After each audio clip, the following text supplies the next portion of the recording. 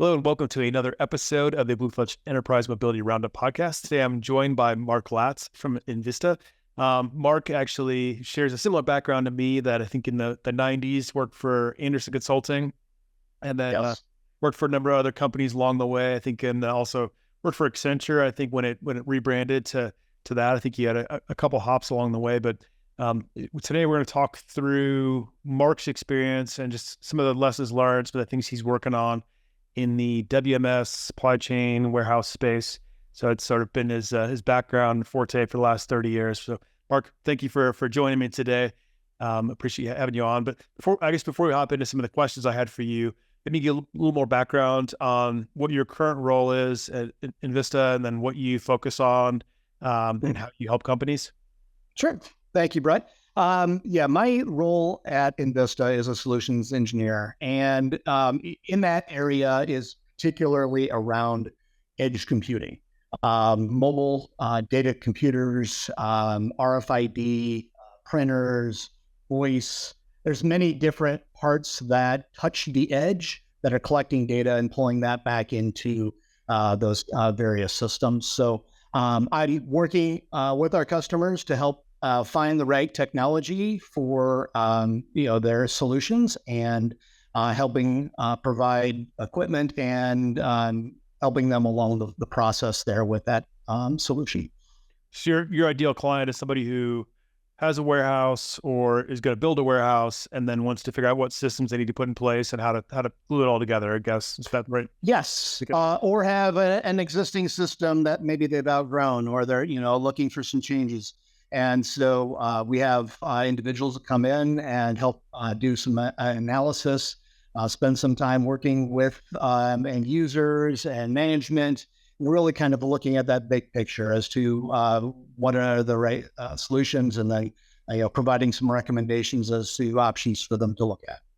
Got it. And then on the solution side, you mentioned like doing the analysis and helping with the original implementation. Do you guys also do what I would traditionally call run? So like the longer term support of those systems and managing those and helping customers to just... Yes, absolutely. It's a big part of it as, technology changes and moves forward in different ways.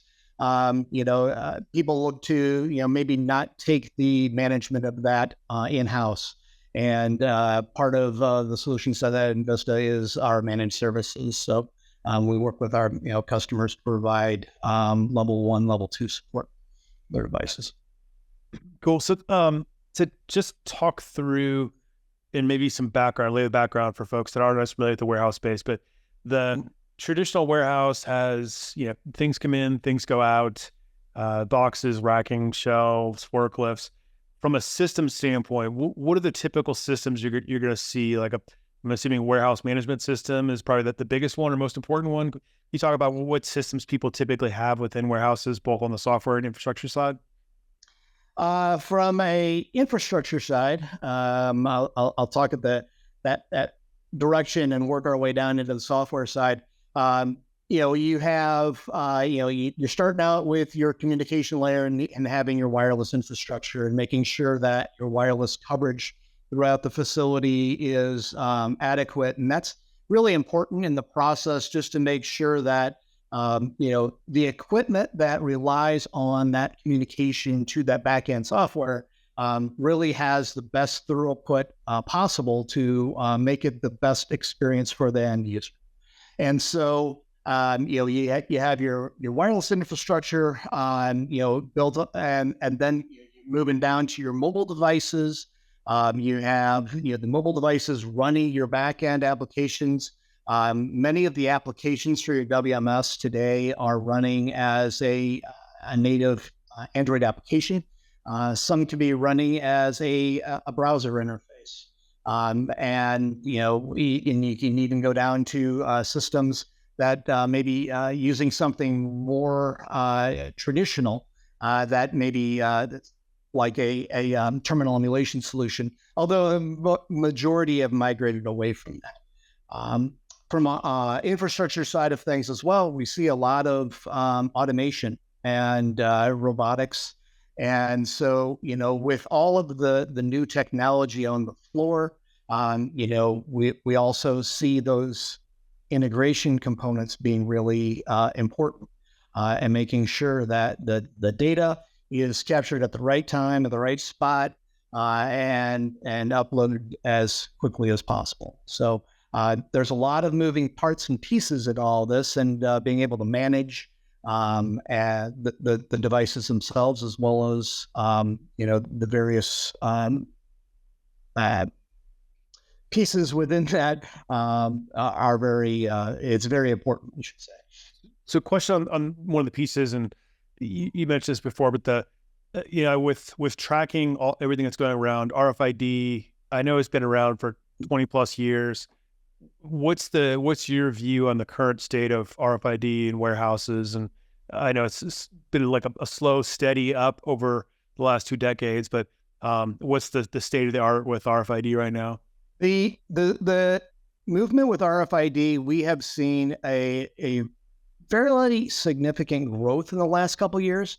With the technology, always is some driving force, and as it was many years back, as it is now, is Walmart mandates for suppliers, and we're seeing a great uptick for those suppliers to make sure that they have the right tags and the right products and are properly encoded, to make sure that they are meeting the requirements for their resale customers, like Walmart, and there are other retail stores that are starting to push in that same direction. So there's definitely a much larger uptick these days in regards to the use of the RFID. So you have Walmart's driving it for like source tagging of people, but I guess the secondary market of the 3PLs, cross-docks, other companies are starting to get the advantages of a lot of the equipment they're getting in may already be pre-tagged. Right. Got it. Correct. Yeah. Because of that driving change from one area, you start to see the technology getting more aggressive in its ability to read the tags, and where people really want to leverage that technology. So we, have been seeing a lot more there, as you had mentioned there, in that type of technology of cross-docking, even at a store level.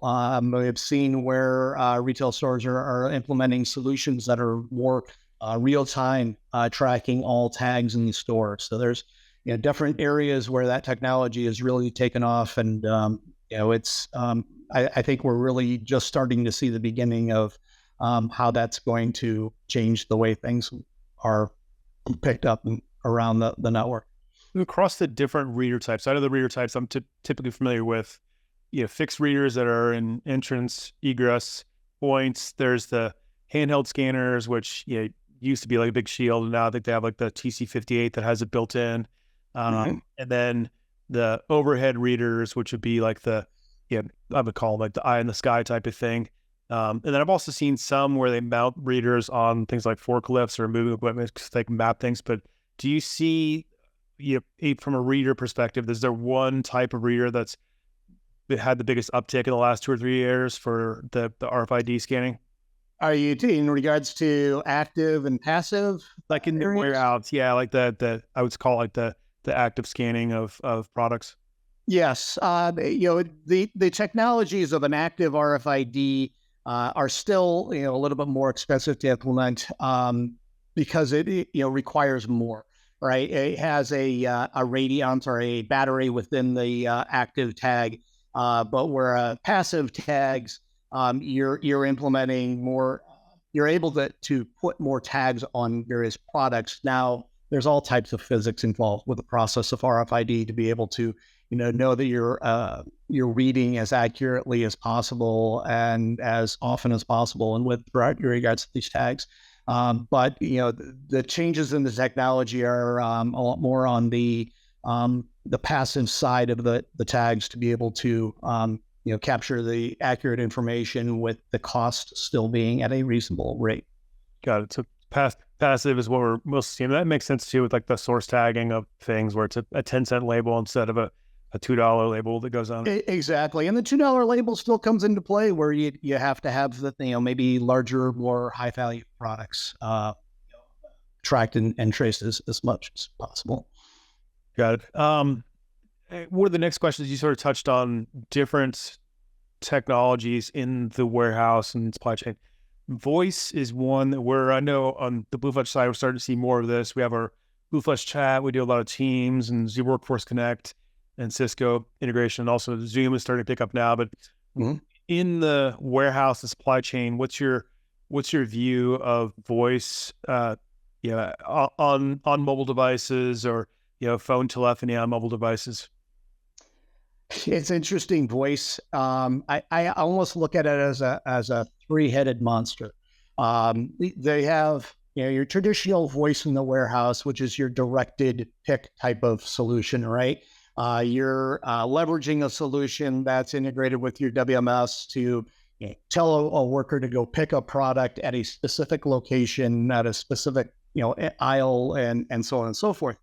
And there's a confirmation back and forth, and it's very effective for their end users to go through and perform those tasks. Secondly, you have, as you had mentioned, some of the voice communication, right? Interpersonal communication between one worker and another. The leverage of Teams, Teams walkie-talkie, and there are several other voice technologies out there like your own to be able to make it as efficient as possible for an end worker to be able to communicate an issue or to work with somebody else more quickly when you have that technology built into the device already. The device is a multifaceted tool to be able to make it as best as possible for those end users. The third piece that we've been looking at a little bit more is AI and being able to ask commands of the device and allowing AI to be able to provide information back. So you really kind of have those three mechanisms in which you're leveraging voice technology through the mobile data collection devices today. On the first one, the voice picking side, how prevalent is that across enterprises? Does it really just depend on the use case? Like how often do you see voice picking still being used out there? It really kind of varies by the use case. I was visiting a customer a couple weeks ago, and they are not using any voice today. And I, brought up voice as a possible technology solution, and they said they had used it in the past, but the adoption of it didn't really take. So they really didn't want to expand the use of that type of solution. So, it really kind of comes down to the amount of, product and smaller products that are being picked. So it's really kind of a customer specific type of solution.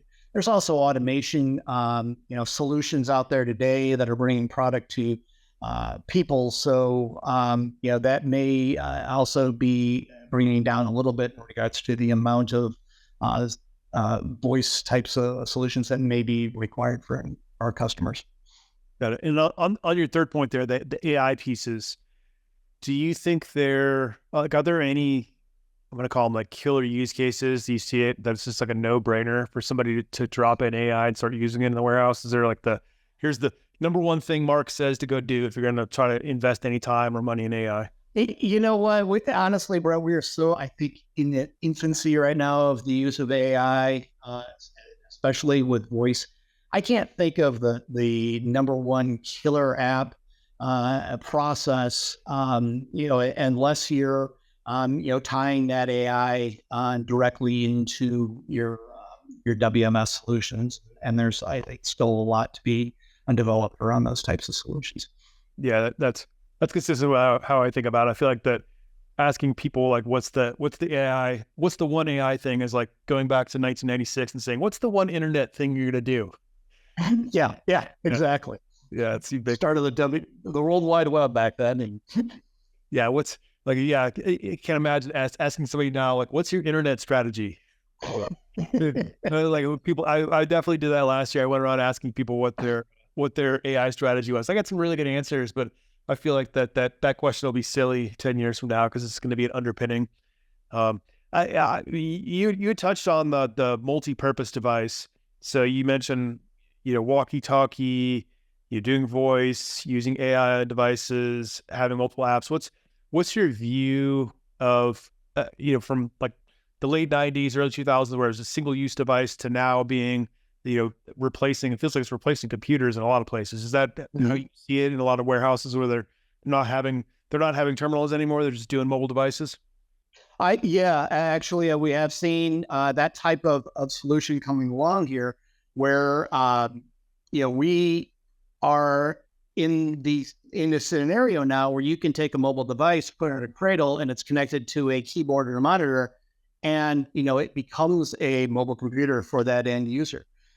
So, the technology is advancing so quickly that, the use of the traditional workstation, if you will, on the warehouse floor is really starting to dissipate. Now, of course, there's different, computing requirements and so on and so forth. And, you're going to be a little bit limited in not having that huge horsepower on these devices.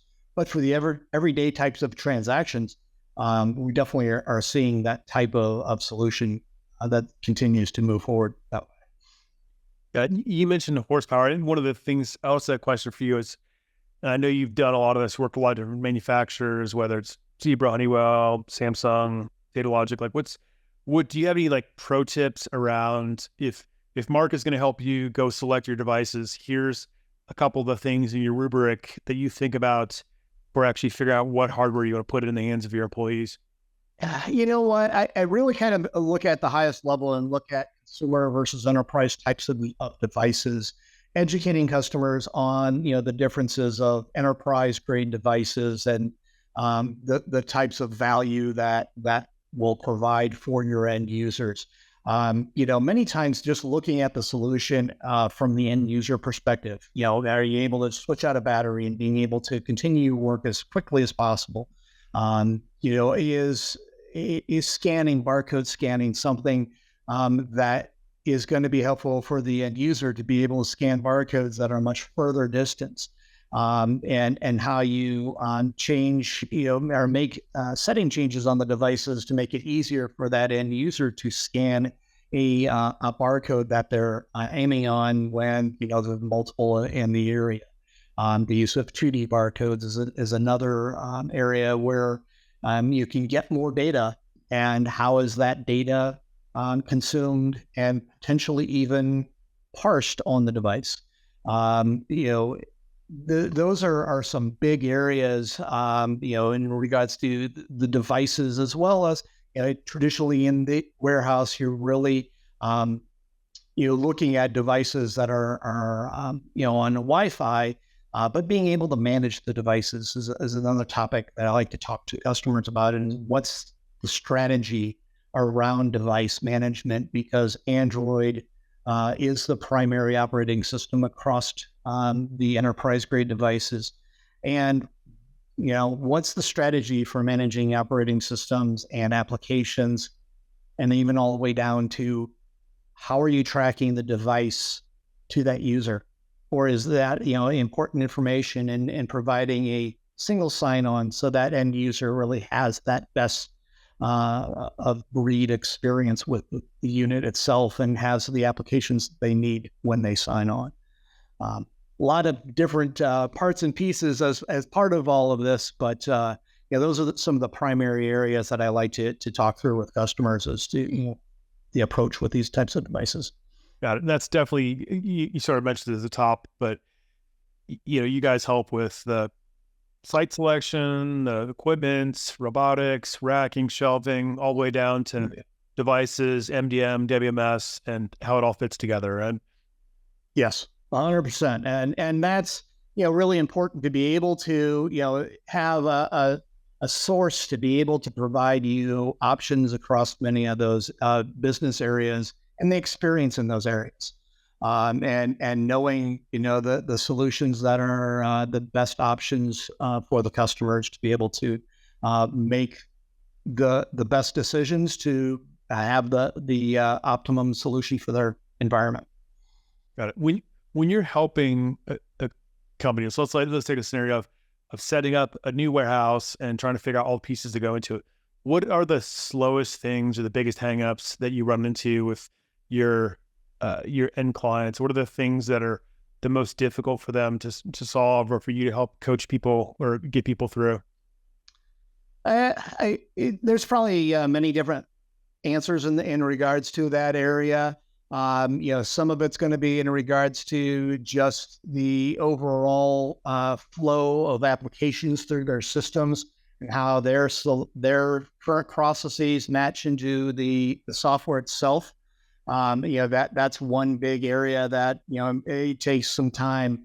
Integration points. I mean, we are dealing with multiple cloud entities sometimes, and making sure that your data is flowing correctly and at the best data rates as possible.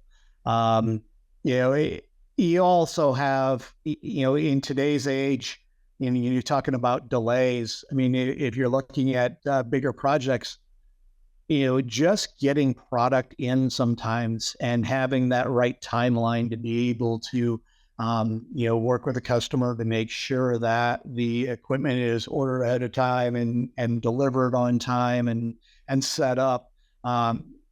It is an important, very important process through the whole project, because you have those ultimate timelines, and supply chain delays sometimes can, cause hiccups along the way. So, again, in regards to the overall projects, there's the physical aspects, and then there's, the computing aspects, I guess, on both, that are very important to work through and communicate most with the customers as to, when those things come up.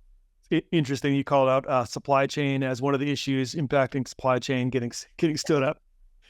It's honestly, I mean, it can be. Hardware delays happen, and or material delays can happen, and it just you try and make the best of what you can with the information that you have.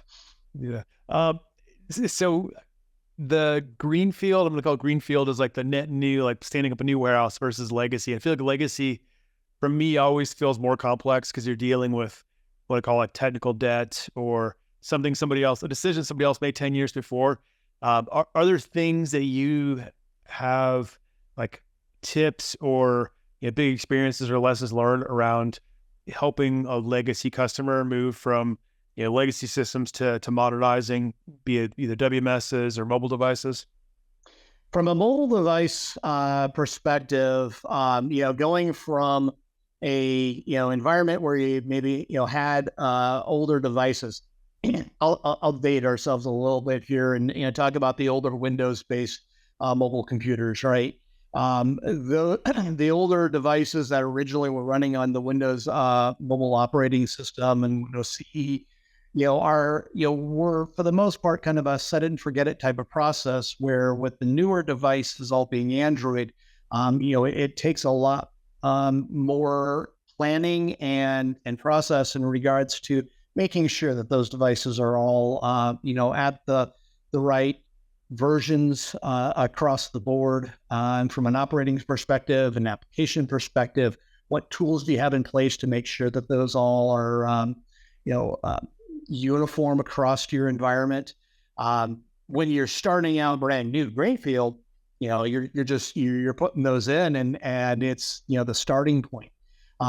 We've even seen where, having the newer technology and having, some of the I would say, bleeding edge technology in the hands of your end users can help with, personnel and people wanting to, use these tools and do their job as quickly as they can and as efficiently as they can, and retaining employees that are, happy with the products and happy with the tools that they're using for their day-to-day jobs. Got it. One of the things, the cutting edge technology, are you seeing anything with vision? I'm going to call it vision, but I know we've played with like the Epson Movero, like the glasses that have like AR. I know that Facebook has some new pieces they've released. Google tried Google Glass. It's sort of they tried Microsoft has yeah, Oculus. Microsoft Oculus, the lens pieces. But are you seeing, or even like camera-based vision tools? Are you seeing anything in the warehouse that's been successful around the vision space? Honestly, I personally haven't really seen much in that area yet. There definitely are solutions out there for use of drones within the warehouses as well, using some camera technologies. We're seeing, even vision. I guess, I take that back. Vision solutions are continuing to evolve. There are a couple of leading manufacturers out there that have a vision type of hardware that will, quickly capture information and being able to parse that information and pass it on. So, but for personal wear, no, I'm not seeing that quite yet. But fixed readers, I should say, are more maybe starting to expand a little bit. That's Outside. typically on like belt, like the belt readers, those types of things. Yeah, along a conveyor line and being able to pick up information as it's passing by, definitely is one of those types of vision solutions, fixed vision solutions that can help a customer with different types of data collection solutions as well. Got it. You touched on robotics as something you started to see more of. Whether it's like the fixed like belts, automation type things, but for robots that are out, on their own, moving, or autonomous robots with tasks assigned to them, like what are you seeing around that? Like, what's the state of the art around that? It feels like to me that there are several players in the industry. I mean, it is absolutely a growing area, and having dark warehouses isn't an uncommon thing these days. And having these robots being able to pull product and move things around, there continues to be an increase of use in either a product to person type of solutions, as well as an automated picking type of solution as well. So there is a continued growth, and honestly, the growth in that area definitely will have an impact on the mobile data collection devices and the amount of data collection devices that will be needed for the end users in the warehouse. Yeah. So, and when you say impact, I mean, there's going to be a lot more data that's going to be you're a human to look at. Is that what you're applying? Yeah, I mean, there definitely is, but you're also going to be, having, I guess, less employees in the warehouse with the more robots you would have in the warehouse. Excuse me. And so therefore, those robotic components already have all the are already collecting all the data, and that's already being fed up into your systems as they are today. All right. So last question. I know we're almost out of time. I wrote this one down as a security in the supply chain ? I know this is a big concern. I think that there was supply chain uncertainty in 2020, 2021. People are looking at moving where they source things from. I think geopolitically, things like, sourcing things from China, we have question marks behind it for some companies. Even, where things come from with, some of the conflict in the Middle East and things like pagers and walkie-talkies blowing up randomly.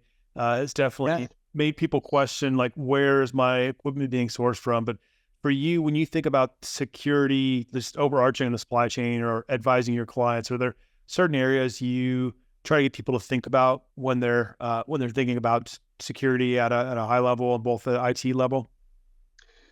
Yes, we definitely are seeing different types of concerns across the board as you bring up all the geopolitical types of scenarios that are happening around the world.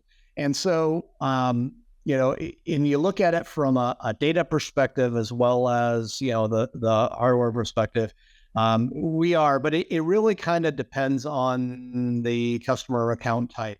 We have some that, have a lot of sole sourcing, and others that are, I should say, in the U.S., and then others that are pulling product in from across the world to be able to distribute those products and whatnot. So we are seeing some concerns. If you look at from a data side, obviously we always want to side on the area of caution for making sure that your wireless devices are always secure and you're using secure networks and tunneling and so on and so forth. So you're protecting the data that you are capturing and providing back into your systems. But at the same time, as you had pointed out earlier, there are sometimes issues or questions that do come up as to where the specific types of equipment comes from and the source of those. Yeah, I feel like security could probably be a 2-hour another topic, 2-hour discussion by itself. Mark, thank you very much for joining. I think my key 3 takeaways, and I appreciate you sharing all your lessons learned. The first one I thought was you sort of glossed over a little bit, but like employees want good technology. So that's why it's worth investing in good technologies. I love that you called that out. The multi-use devices, the fact that, whether it's Cradle Connect, where you drop a device in, becomes a PC, but the handheld devices replacing workstations, I think is another big trend that we continue to see more of. And then I think the third one was the mobile devices. Is good to have the mobile devices, but you need to have the management tools to be able to support those, I think is a key underpinning you are articulated a couple times. So those are the big 3 takeaways I got out of this. But Mark, thank you very much. And then if people are interested in finding more about you or Invista, like where would they go? Like what's your website URL? Our website is invistacorp.com. And we're available across many of the social media platforms as well, but our website is invistacorp.com. Excellent. Well, Mark, thank you for joining me today. It was a pleasure, and look forward. If anyone has any follow-up questions, feel free to reach out to Mark at Invista Corp or on LinkedIn. And then if you have questions for us here at Blue Fletch, you can reach out to me or info@bluefletch.com. Thank you very much, Mark. Thank you, bro.